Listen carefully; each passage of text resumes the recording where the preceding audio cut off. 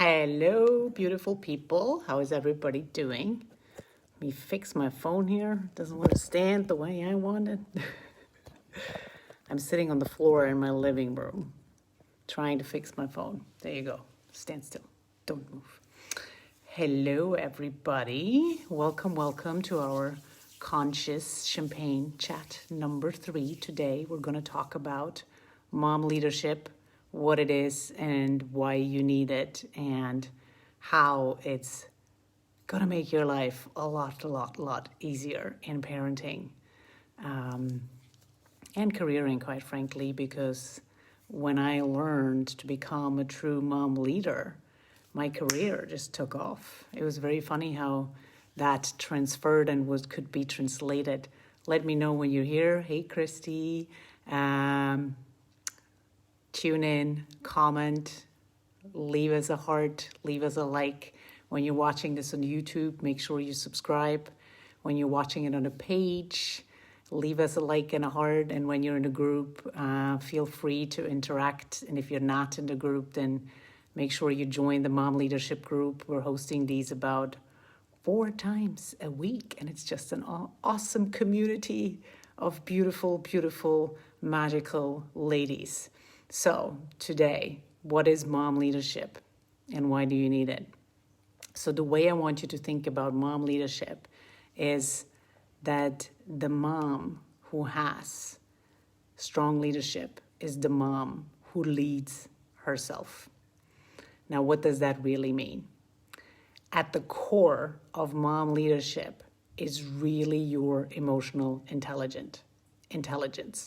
But most of us don't really understand emotions very well because we were never taught to integrate our emotions as children. And because, quite frankly, the people that were supposed to teach us that, which are most likely our mothers and our fathers, they did not know how to do that because they just never really learned themselves. And so all we learned our entire lives about emotions is that there were good or there are bad emotions, that you need to control the bad ones because nobody likes it when you have bad emotions, whereas the emotion in itself, such as anger, is not bad, but the behavior that often comes with it is what is not approved of us. So our entire lives, we've basically learned to do our best to stay pretty much in a neutral state, I want to say, right? It's just like, it's okay to be happy, but don't be too happy. Don't be too overly excited, right? Even that is too much sometimes. Oh, what is wrong when you're sad? There's nothing wrong, right? But we don't like these what I like to call like the low vibrating feelings, the feelings that make us feel so uncomfortable, the feelings that are so painful to us. And we do anything to make them go away. Like we just want them to go away. And that leaves us in a place where we do not lead ourselves. And we are constantly looking for the approval, for the permission, for the guidance from other people. All the time, you guys. We do it all the time. So the mom who truly leads herself is the mom that basically starts digging into what she wants. As we said in like the first one, right? Become more selfish. What is it that you really want? Get clear on the things you don't want, you don't like. The mom who really leads herself from the core. And that starts by accepting yourself where you are at right now.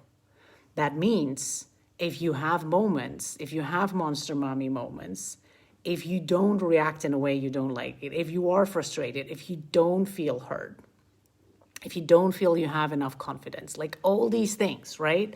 Like I bet all of you, if I asked you, tell me what is wrong with you, you could probably give me 2 pages full of all the things you criticize about yourself.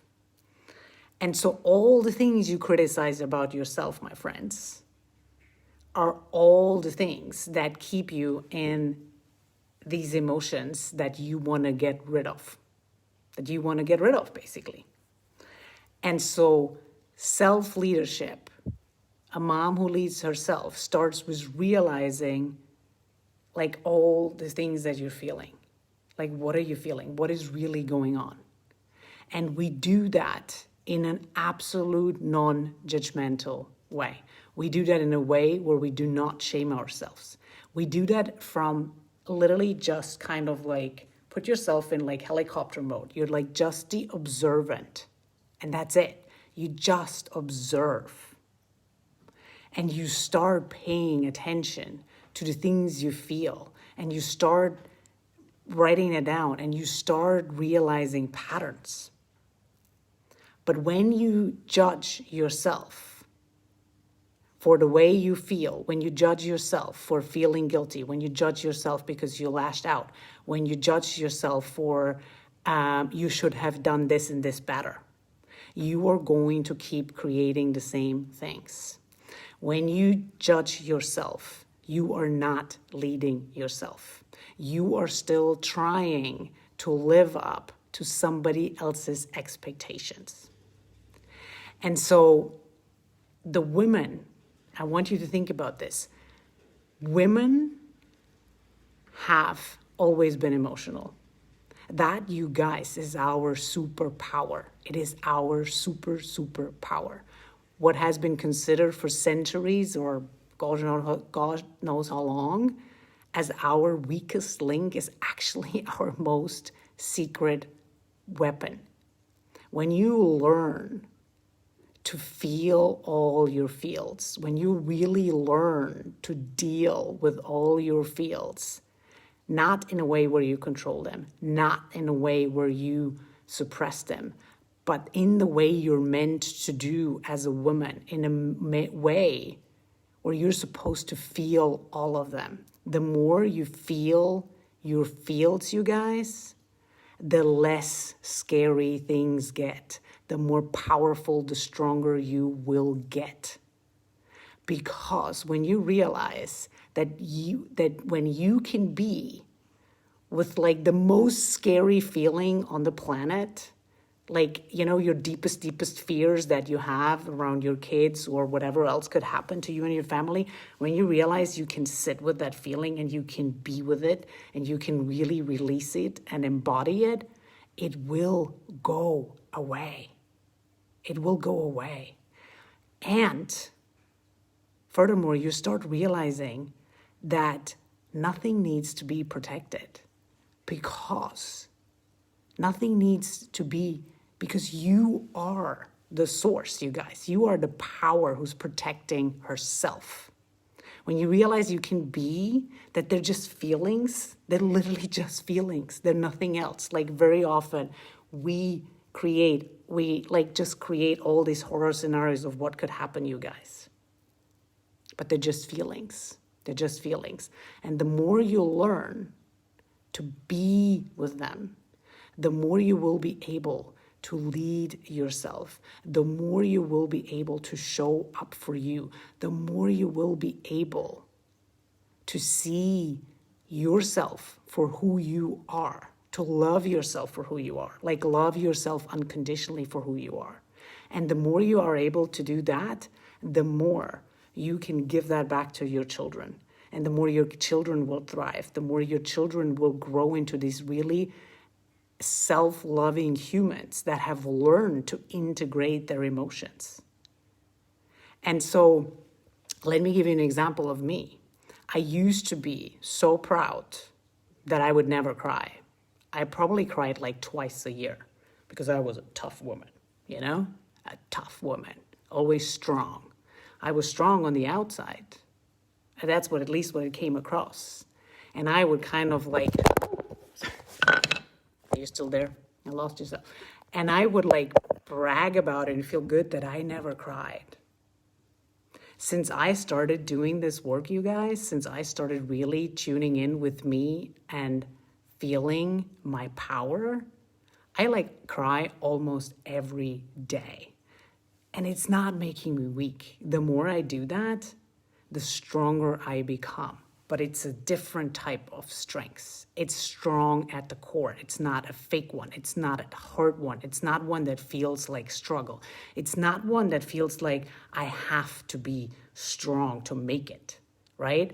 It's like the other one was very much one of like, ooh, you got to toughen up to make it in a masculine dominating world, especially if you run a career and kids and you just got to hold it all together and you toughen up. No. This is why this is why we are so freaking frustrated with parenting.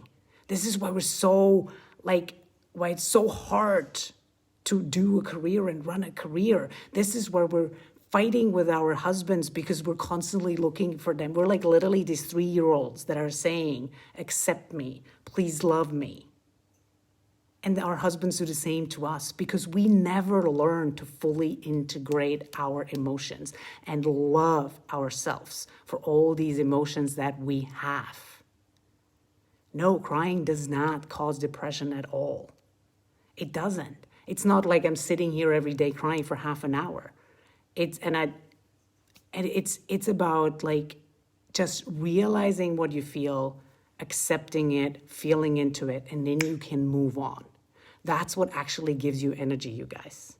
The more you feel into your feels, the stronger you will become, the more loving you will become, the more you will be leading from a place of your heart and a place from like abundance, a place where you feel safe.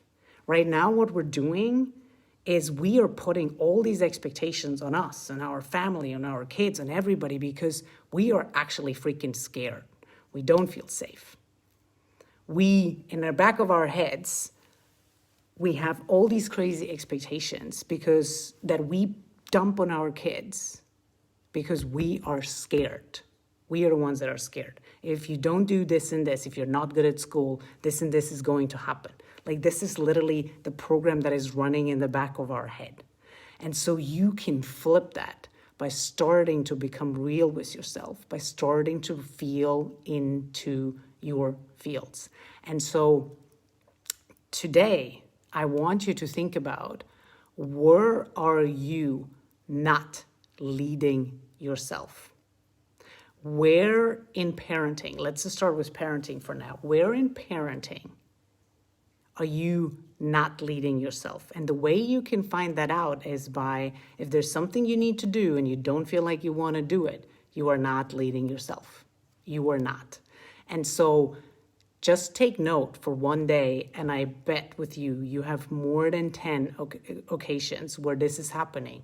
And so the point of this is like the more you when you realize how often you actually go against what you feel because you've been told to not, like feeling is weak. Feeling is like emotions are just bad, they cause trouble, so you have to like start rationally thinking about it. The more you actually realize that you do that during the day, the tougher like everything you do in your life is. And so it starts with understanding, where are you not leading yourselves? Where are you going against what you want to do? All right? And tomorrow, my friends, I'm going to be back here and share a couple of laws with you about emotional leadership, that when you start living by these laws and implement them into your day-to-day, you will like just see so many incredible shifts happening in the connection that you have with yourself, quite frankly, and with your kids, and also in the willingness of how your kids show up for you, which is like truly, truly amazing. All right, my loves, I will be seeing you back here tomorrow. Take care. Bye.